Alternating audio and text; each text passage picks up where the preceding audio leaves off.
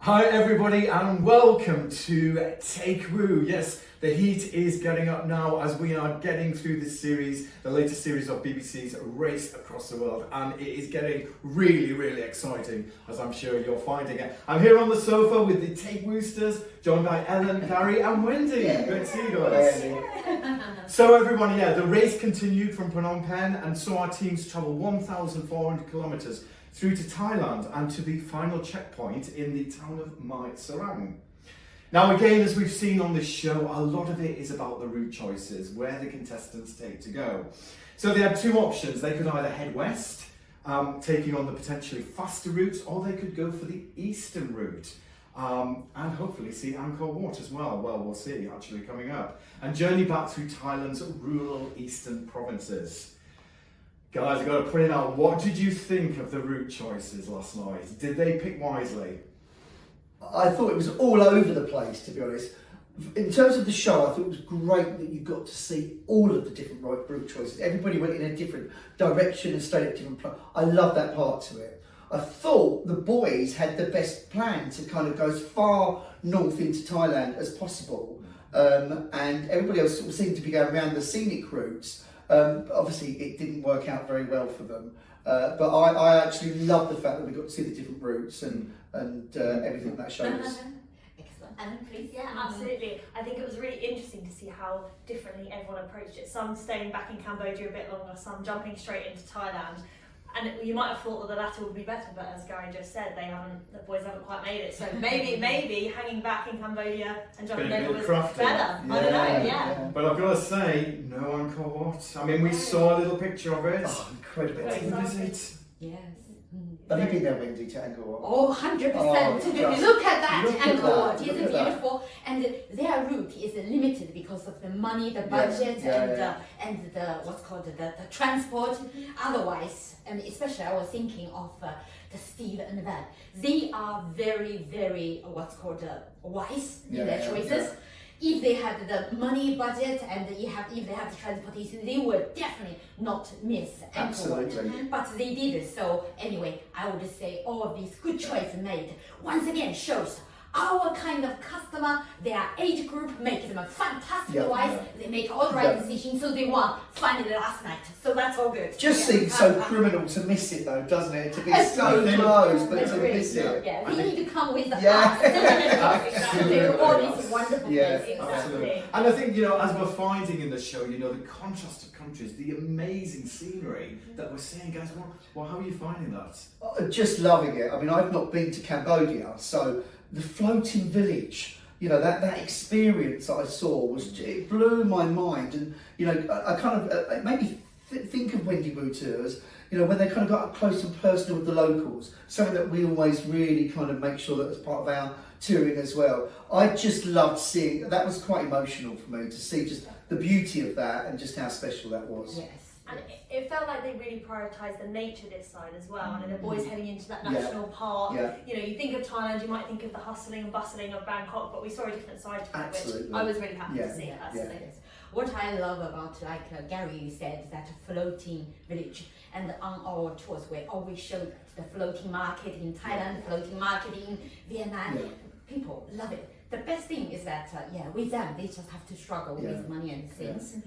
So I think last night they showed so much nature. I tell you what, guys, did you not squirm a bit standing on the fishes? The fishes in the bucket. I could smell it. I'm not sure about that one. Yeah, and I wasn't envious of James's bag, I think, getting the smell at the end. So I don't envy him there. Do you think, Alfie and Owen, obviously they were fixated on going to the wildlife park. Do you think that cost them time? Do you know, but up until now, I've been thinking to myself, they've been so focused on the race, they've not really enjoyed the experience.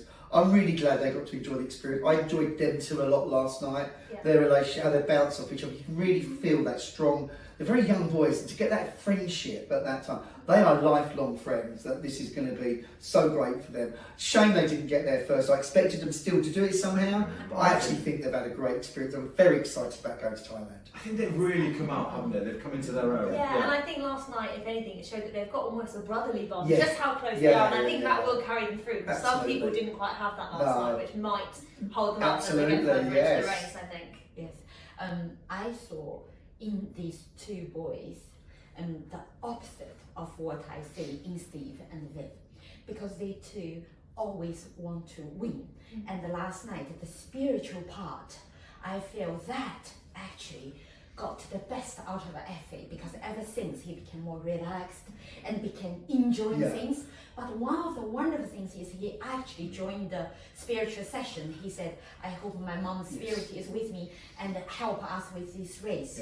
So still he's a very focused young man, but a typical young man. Once he go on to it, he totally forgot about it. Then he went to the extreme opposite. So he just went all around, and they do the same mistake as he before, later for this and this is for, and kind of didn't plan enough.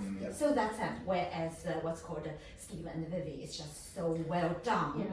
And then that what's called Betty and Jens, wow, they are what's called, they are supporting really each other. bonded, aren't they? Really bonded. At one stage, I actually asked Andy, I said, did they lose their passport or something? Because they were so depressed. Even though, you know, one of the best joy in life is when you lost something fun. He found his wallet. I thought he would have been jumping out. I just think money's so important though. I think just to lose that small amount, it was £20 or something. I think he just felt so, he felt like he could let his sister down. Talking of relationships, which we saw a lot in last night's episode, the real bonds coming out. Eugenie and Isabel, are they becoming a bit boring? Yeah, you go. I actually love to watch it. It's good TV. It's good TV. And actually, I think about my mum and my sister. They're so similar. They're always arguing with each other. And the thought of them going to spend 24/7 with each other for, what's it, day 21 now or something?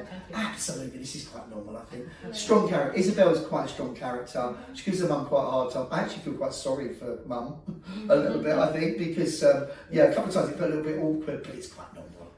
Yeah, absolutely, and I think, you know, it is real, and I suppose there's no point having relationships and everything always being perfect the whole time. As you said, at this point in the race, tensions are going to rise. It's how they ride through it now, so I'll be interested to see how they get on next week. They're going to come out transformed, mother and daughter. Exactly. And with this one particular, I felt that Steve and Viv's relationship is so beautiful.